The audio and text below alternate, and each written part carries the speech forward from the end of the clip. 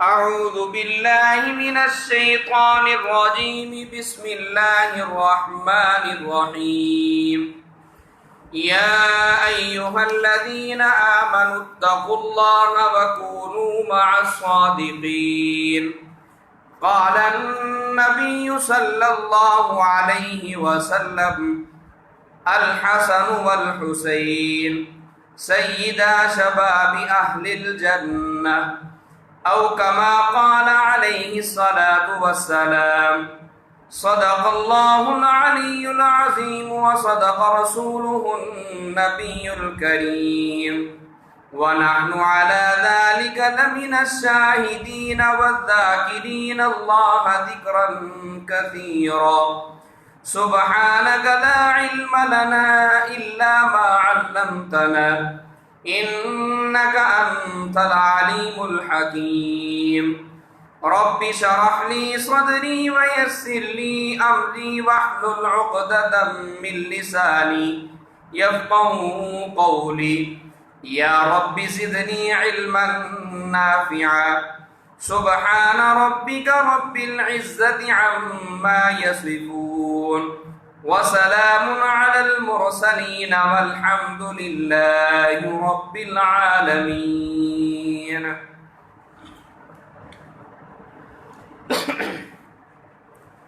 واجب الاحترام، قابل قدر بزرگوں اور عزیز بھائیوں، اللہ رب العزت کا شکر اور احسان ہے کہ اللہ رب العزت نے ہم سب کو نماز جمعہ ادا کرنے کے لیے اپنے گھر میں حاضری کی توفیق بخشی ہے۔ اللہ رب العزت کا اس نعمت پر کروڑہ شکر بھی ادا کرتے ہیں، اور اللہ کے حضور یہ دعا گو ہیں کہ اللہ پاک اسی طرح جب تک ہماری زندگی ہے ہمیں صحت اور سلامتی کے ساتھ اپنے گھر میں اپنی عبادات کے لیے حاضری کی توفیق نصیب فرماتے رہیں۔ میرے عزیز بھائیوں، محرم الحرام کا مہینہ چل رہا ہے، اور آج اس مہینے کی 20 تاریخ ہوگی، اور اس مہینے کے ابتدائی 10 دنوں کو ہم سیدنا امام حسین رضی اللہ تعالیٰ عنہ کے نام سے، آپ کی شہادت کے عنوان سے اس عشرے کو لوگوں کو گزارتے ہوئے دیکھتے ہیں، چونکہ اس عشرے کے اندر ہر طرف ذکر حسین کا غلبہ ہوتا ہے، اور ہر طرح کی مستند اور غیر مستند باتیں وہ ہمارے سامنے کہی جا رہی ہوتی ہیں، سنی جا رہی ہوتی ہیں، اور اسی دوران اگر کوئی مستند بات کی جائے تو اس کے بھی اختلاف کا اندیشہ ہوتا ہے کہ آدمی ذہنی طور پر مضطرب ہو جاتا ہے کہ فلاں یہ کہہ رہا ہے، فلاں یہ کہہ رہا ہے۔ تو اس لیے پہلے 10 دن گزارنے کے بعد، بلکہ اس کے بعد بھی کافی وقفے کے ساتھ آج یہ ارادہ ہوا کہ سیدنا امام حسین رضی اللہ تعالیٰ عنہ کی شہادت اور واقعہ کربلا پر تھوڑی سی گفتگو کی جائے، کیونکہ الحمدللہ ہم صحابہ کرام کو بھی ماننے والے ہیں، اہل بیت کرام کو بھی ماننے والے ہیں، اور ہم بغیر افراط و تفرید کے ماننے والے ہیں۔ ایسا نہیں کہ کسی ایک کی شان اور عظمت بیان کرتے ہوئے کسی دوسرے کی تنقیص کی جائے، بلکہ جس کے ساتھ بھی صحابی یا صحابیہ کا یہ سابقہ جڑ گیا ہے تو ہم کہتے ہیں کہ پوری دنیا کے علماء، صلحاء، کتب، ابدال یہ سارے بھی اکٹھے ہو جائیں، تابعین، تبع تابعین، تب بھی وہ کسی صحابی یا صحابیہ کے پاؤں کی خاک کو بھی نہیں پہنچ سکتے، کیونکہ یہ وہ عظیم ہستیاں ہیں کہ ان کو اللہ رب العزت نے سرٹیفکیٹ جاری فرما دیا کہ میں ان سے راضی ہوں اور یہ مجھ سے راضی ہیں۔ لیکن یہ واقعہ کربلا جو ہے، اس کے بارے میں بہت دفعہ انسان اس وجہ سے بھی بات نہیں کرتا کہ کوئی ایسی مجلس ہو جو شروع سے لے کر آخر تک ایسے لوگوں پر مشتمل ہو جو بات کو شروع سے آخر تک سننے والے ہیں۔ تو جمعے کا اجتماع ہوتا ہے، اس میں آپ جانتے ہیں کہ اکثر تعداد وہ ہوتی ہے جو بالکل آخری 5-10 منٹوں کے اندر آنے والی ہوتی ہے، اور بہت قلیل تعداد اس پورے مجمع کی طرف نسبت کرتے ہوئے ایسی ہوتی ہے جو شروع میں موجود ہوتی ہے۔ تو جو تو بات کو شروع سے سنیں گے آخر تک ان کو تو سمجھ آئے گی کہ یہ ایک تاریخی واقعہ، اس کا پس منظر اور یہ کس رخ پر بات ہو رہی ہے، لیکن جو درمیان میں شامل ہوگا، آخر میں آئے گا، اس کے لیے سوائے ذہنی اضطراب کے اور کچھ بھی نہیں۔ اس وجہ سے بھی جمعے کے اجتماع میں اس موضوع پر بات کرنا یہ بڑا مشکل ہے۔ بہرحال میں نے آج جن باتوں کا انتخاب کیا ہے اس کے بارے میں پہلے تو یہ معلوم ہو کہ ہمیشہ کی طرح الحمدللہ اس مسند سے، اس منبر سے جو بات کی جاتی ہے وہ مستند ہوتی ہے۔ کوئی آدمی کسی بھی وقت کسی بات کا کوئی حوالہ دریافت کرنا چاہے تو الحمدللہ خندہ پیشانی کے ساتھ اس کو اس کا حوالہ بھی دیا جائے گا، لیکن ہمیں بہت سارے واقعات کو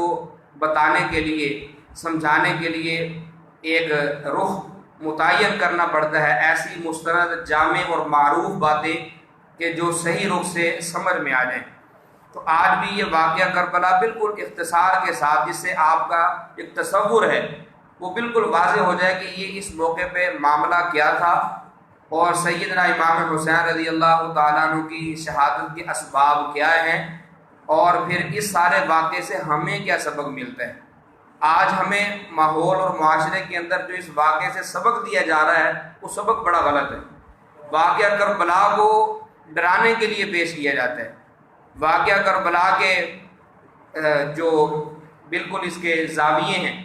ان کو ان لوگوں کے ساتھ جوڑا جاتا ہے جن کا اس واقعے کے ساتھ، اس واقعے کی قربانیوں کے ساتھ، اس واقعے کے نتائج کے ساتھ کوئی تعلق ہی نہیں ہے۔ تو یہ عشرہ بھی ان کا ہو گیا، یہ اہل بیت میں سے نامی گرامی حضرات بھی ان کے ہو گئے، اور ہم چونکہ بات نہیں کرتے یا اس عشرے پر ہمیں وہ کھلی اجازت نہیں ہوتی تو ہمیں ایک طرف کر کے گویا کہ ہمارا ان کے ساتھ تعلق ہی کاٹ دیا گیا۔ تو ایسی بات نہیں ہے، الحمدللہ ہم سارے کے سارے جس طرح جناب نبی کریم صلی اللہ علیہ وسلم پر ایمان رکھتے ہیں، اسی طرح ہم سارے انبیاء پر ایمان رکھتے ہیں، کیونکہ آپ جانتے ہیں کہ جب ہم صفت ایمان مفصل پڑھتے ہیں تو ہم یہی کہتے ہیں کہ آمنت باللہ و ملائکتہ و کتبہ و رسلہ۔ اگر آپ اس کے الفاظ پر غور کریں تو یہ سارے صیغے جمع کے ہیں۔ آمنت باللہ، میں ایمان لاتا ہوں اللہ پر، و ملائکتہ، اور اس کے سارے فرشتوں پر، و کتبہ، اور اس کی ساری کتاب کی جمع کتب ہے، ساری کتابوں پر، و رسلہ، رسول کی جمع رسل ہے۔ تو ہم کسی ایک نبی، ایک کتاب کو ماننے والے نہیں ہیں، بلکہ ہم سارے انبیاء اور ہر وہ نبی جس پر اللہ کی طرف سے کوئی صحیفہ یا پوری کتاب نازل ہوئی ان کو ماننے والے ہیں۔ اور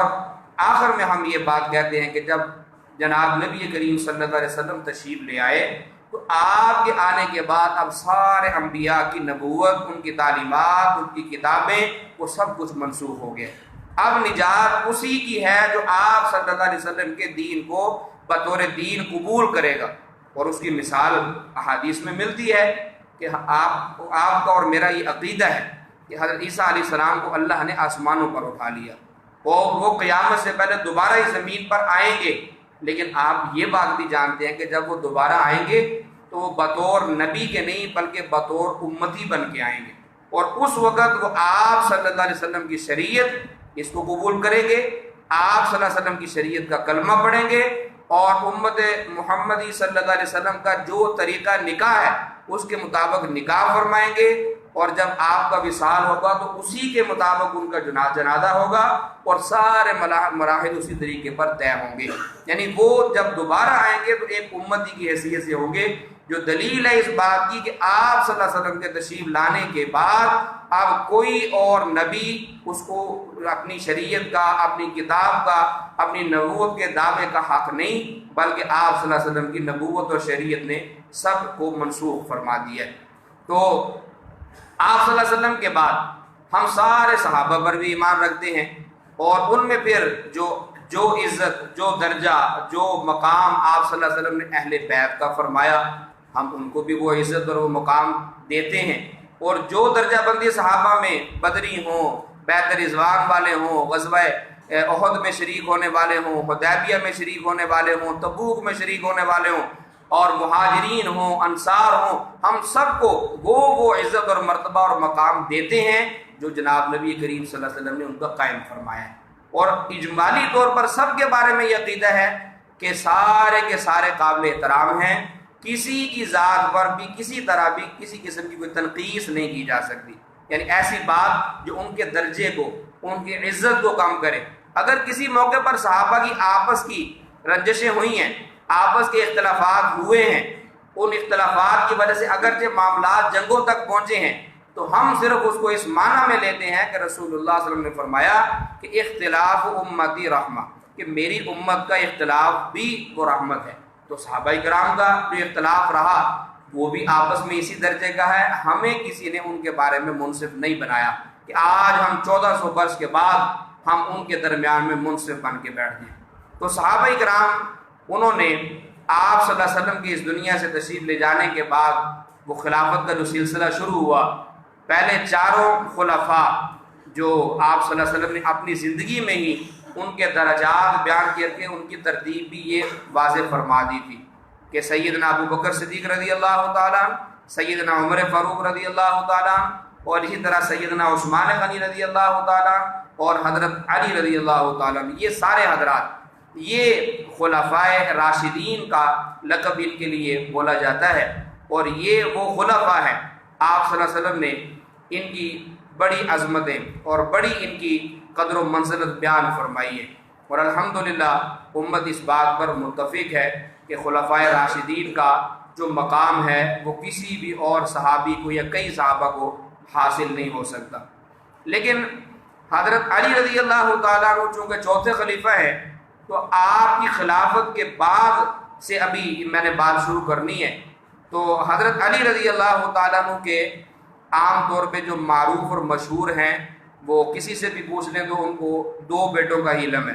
کہ حضرت امام حسن اور امام حسین رضی اللہ تعالیٰ عنہما۔ لیکن آپ کے دو بیٹے نہیں ہیں، بلکہ آپ کے تعداد میں کتابوں کے اندر کافی بیٹے ہیں۔ صرف 4 بیٹے تو وہ ہیں جو واقعہ کربلا میں امام حسین رضی اللہ تعالیٰ عنہ کے ساتھ امام حسین کے علاوہ شہید ہوئے۔ چونکہ آپ کے نکاح بھی بہت سارے تھے، لیکن جب آپ کا پہلا نکاح آپ صلی اللہ علیہ وسلم کی بیٹی سیدہ فاطمہ الزہرا رضی اللہ تعالیٰ عنہ کے ساتھ ہوا، تو ان کے بطن سے اللہ نے یہ 2 بیٹے دیے، امام حسن اور حسین، اور بعض روایات میں ایک تیسرے بیٹے محسن کا بھی تذکر آتا ہے، اور ان کے بارے میں یہ ملتا ہے کہ وہ بچپن میں انتقال کر گئے تھے، اس لیے لوگ ان کے بارے میں واقفیت نہیں رکھتے۔ ان کا انتقال بچپن میں ہو گیا اور ان کا نام محسن تھا۔ معروف جو ہوئے، مشہور ہوئے، وہ 2 بیٹے امام حسن اور امام حسین رضی اللہ تعالیٰ۔ اور جب تک سیدہ فاطمہ الزہرا رضی اللہ تعالیٰ عنہ آپ صلی اللہ علیہ وسلم کے نکاح اپنے علی رضی اللہ عنہ نکاح میں رہیں، تو اس وقت تک حضرت علی رضی اللہ تعالیٰ عنہ نے اور کوئی نکاح نہیں فرمایا، بلکہ آپ صلی اللہ علیہ وسلم کی بیٹی نکاح میں ہونے کی وجہ سے آپ نے اور نکاح نہیں فرمایا کہ کہیں آپ صلی اللہ علیہ وسلم ناراض نہ ہوں یا آپ کو کوئی صدمہ نہ پہنچے یا کوئی بھی اور وجہ۔ تو جب سیدہ فاطمہ الزہرا رضی اللہ عنہ انتقال ہوا، اس کے بعد پھر آپ کے مختلف نکاح ہوئے اور پھر اولاد بھی ہوئی، اور ان اولادوں کا تذکرہ وہ تعداد کے اعتبار سے مختلف روایات میں ملتا ہے۔ بہرحال امام حسن وہ چونکہ بڑے بیٹے تھے اور آپ کا انتقال بھی وہ پہلے ہو گیا تھا امام حسین رضی اللہ تعالیٰ کی شہادت سے، اور آپ کے انتقال کا سبب وہ آپ کو کسی نے زہر دے دیا تھا، یہ سبب بنا، اور آپ کی بھی اولاد تھی، نکاح ہوا تھا، اولاد تھی۔ تو حضرت علی رضی اللہ تعالیٰ عنہ کے بعد مسلمانوں کے جو متفقہ طور پر امیر بنے وہ امیر معاویہ رضی اللہ تعالیٰ عنہ تھے۔ پہلے کچھ اختلافات پیدا ہوئے، لیکن حضرت حسن رضی اللہ تعالیٰ عنہ کے جہاں دیگر فضائل آپ صلی اللہ علیہ وسلم نے بیان فرمائے تھے، تو آپ کی ایک فضیلت یہ بھی بیان فرمائی تھی کہ میری امت کے اندر اختلاف پیدا ہوگا، لیکن خلفائے راشدین کے بعد وہ سب سے پہلا اختلاف ہوگا کہ لوگ اس کے لیے آپس میں جنگ و جدال کے لیے تیار ہو جائیں گے، لیکن امام حسن رضی اللہ تعالیٰ عنہ کی وجہ سے، ان کے ذریعے سے اللہ اس اختلاف کو ختم فرما دیں گے۔ تو جو کہ علی رضی اللہ تعالیٰ عنہ کی شہادت کے بعد جو اختلاف تھا وہ امارت کا تھا، کس کو امیر بنایا جائے، تو اس سلسلے میں کچھ جو اختلافات تھے ان کو ختم کیا اور اس میں پورا کردار ادا کیا حضرت امام حسن رضی اللہ تعالیٰ عنہ۔ تو متفقہ طور پر جو امیر بنے وہ امیر معاویہ رضی اللہ تعالیٰ عنہ تھے، اور امیر معاویہ رضی اللہ تعالیٰ عنہ کا جب انتقال ہوا تو اس کے بعد پھر بہت سارے فتنے پیدا ہوئے۔ سوال یہ تھا کہ اب مسلمانوں کا امیر کس کو بنایا جائے، تو اس موقع پر امیر معاویہ رضی اللہ تعالیٰ عنہ نے اپنی حیات میں ہی اپنے بیٹے یزید کو یہ بات کہہ دی تھی کہ اگر تو مسلمانوں کی امارت چاہتا ہے میرے بعد تو تم نے ایک کام کرنا ہے۔ اب یہ وہ بات ہے جو نہ بیان کی جاتی ہے، نہ لوگوں کو اس کے بارے میں علم ہے، اور بلا وجہ صحابہ کرام پر تنقید شروع کی جاتی ہے کہ نعوذ باللہ امیر معاویہ رضی اللہ تعالیٰ عنہ کو نہیں چاہیے تھا کہ وہ اپنے بیٹے کو خلیفہ مقرر کرتے یا امیر بناتے، تو چونکہ انہوں نے یہ اقدام کیا اس لیے لوگ اپنی بد زبانی کا رخ ان کی طرف بھی کر دیتے ہیں۔ تو یہ بات ان کے علم میں لانی چاہیے کہ امیر معاویہ رضی اللہ تعالیٰ عنہ نے اپنی حیات میں بیٹے کو بلا کر کہا کہ اگر تمہیں مسلمانوں کی امارت کا شوق ہو، امیر بننا چاہو، تو یہ سب سے پہلے اپنی امارت یہ 3 لوگوں پر پیش کرنا۔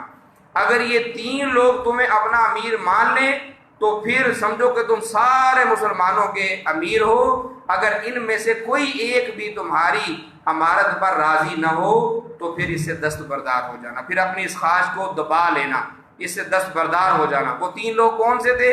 سب سے پہلے حضرت عبداللہ بن عباس رضی اللہ تعالیٰ عنہ، دوسرے نمبر پر حضرت عبداللہ بن زبیر رضی اللہ تعالیٰ عنہ، اور تیسرے نمبر پر حضرت امام حسین رضی اللہ تعالیٰ عنہ۔ اب یہ 3 لوگوں کی تعیین امیر معاویہ رضی اللہ تعالیٰ عنہ نے اپنی زندگی میں فرمائی کہ یہ 3 لوگ اگر تمہاری امارت پر راضی ہوں تو پھر سمجھو کہ تم امیر بننے کے اہل اور قابل ہو، اور اگر یہ 3 لوگ انکار کر دے تو پھر تم خود ہی اس عہدے سے، اس خواہش سے دستبردار ہو جانا۔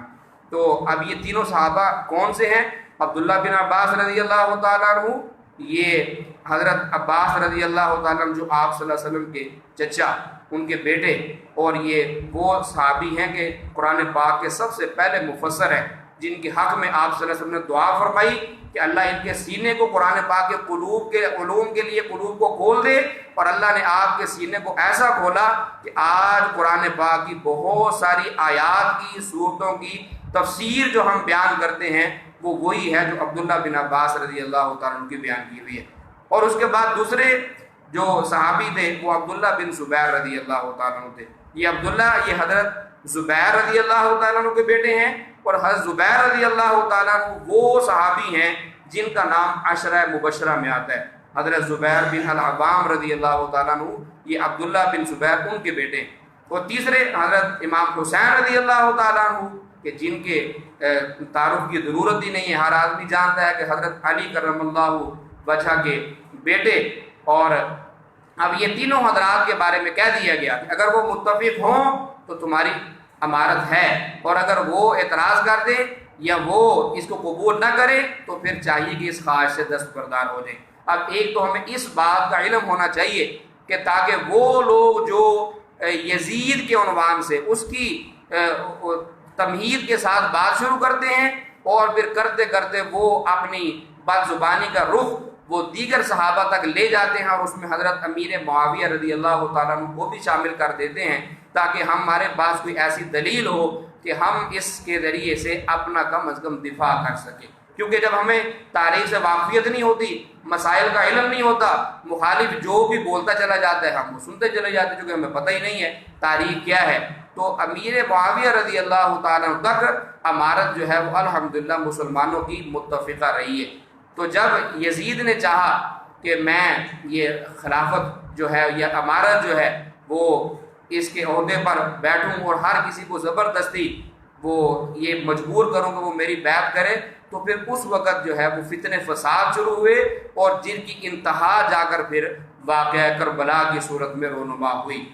امام حسین رضی اللہ تعالیٰ عنہ کی شان کیا ہے اس کے بارے میں کوئی بھی ناواقف نہیں ہے۔ ایک نشست میں آپ کی سیرت پر، آپ کے فضائل پر جتنی بھی گفتگو شروع کی جائے وہ کم ہے۔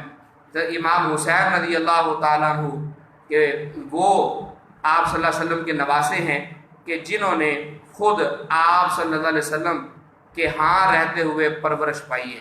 آپ صلی اللہ علیہ وسلم نے ان کو بچپن میں پالا ہے، پوسا ہے، ان کی تربیت کی ہے، اور ان کے ساتھ وہ تعلق، وہ محبت کہ جو آج کے 1400 سال بعد آج بھی اگر دیکھیں تو جو ننیال کو، نانے کو، نانی کو اپنے نواسوں کے ساتھ ہوتی ہے، تو ایک طرف آج 1400 برس کے بعد وہ محبت جو ہم دیکھ رہے ہیں، اور ایک آج سے 1400 برس پہلے آپ صلی اللہ علیہ وسلم کی محبت اپنے نواسوں کے لیے وہ کس قدر بڑی ہوگی۔